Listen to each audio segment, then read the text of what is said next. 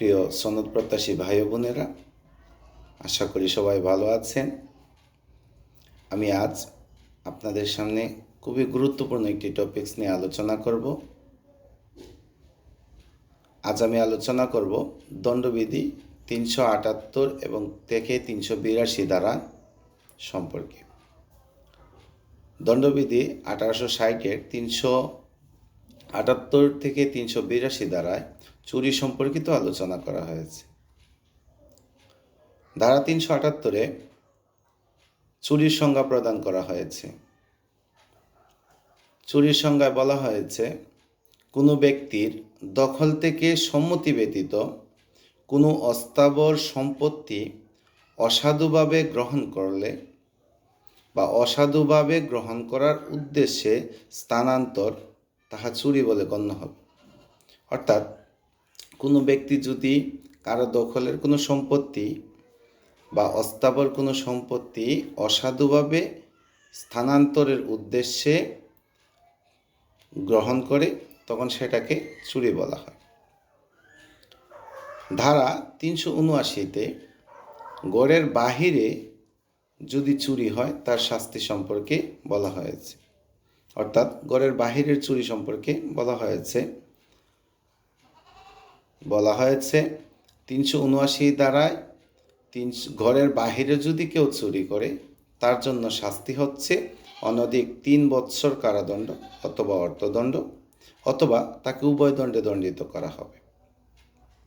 ধারা 380-তে বাসগৃহ, তাঁবু, জাহাজ ইত্যাদি অর্থাৎ ঘরের ভিতরে চুরির শাস্তির কথা বলা হয়েছে।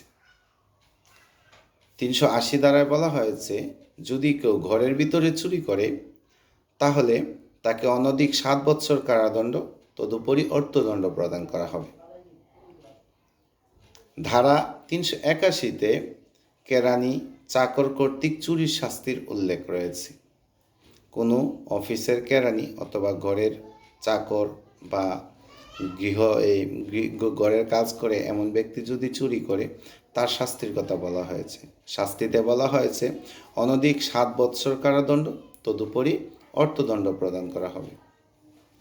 ধারা 382-তে কোনো ব্যক্তির মৃত্যু ঘটানোর ভয় দেখিয়ে অথবা তাকে আঘাত দানের ভয় দেখিয়ে অথবা আটক করার ভয় দেখিয়ে অথবা কোনো অস্ত্রশস্ত্র নিয়ে প্রস্তুতি নিয়ে যদি চুরি করা হয়, সেই চুরির বিধান সম্পর্কে বলা হয়েছে।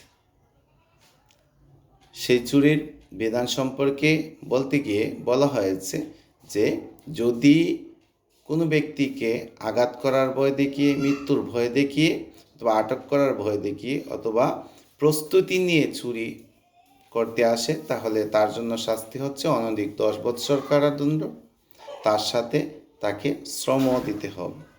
অর্থাৎ অনধিক 10 বৎসর সশ্রম কারাদণ্ড তদুপরি অর্থদণ্ড প্রদান করা হবে। মূলত আমরা জানি যে 378 ধারা থেকে 382 ধারা পর্যন্ত চুরির সম্পর্কিত যাবতীয় শাস্তি এবং চুরি কাকে বলে সেই সম্পর্কে আমরা আজকে আলোচনা করলাম এবং সেই সম্পর্কে আলোচনা করা হয়েছে।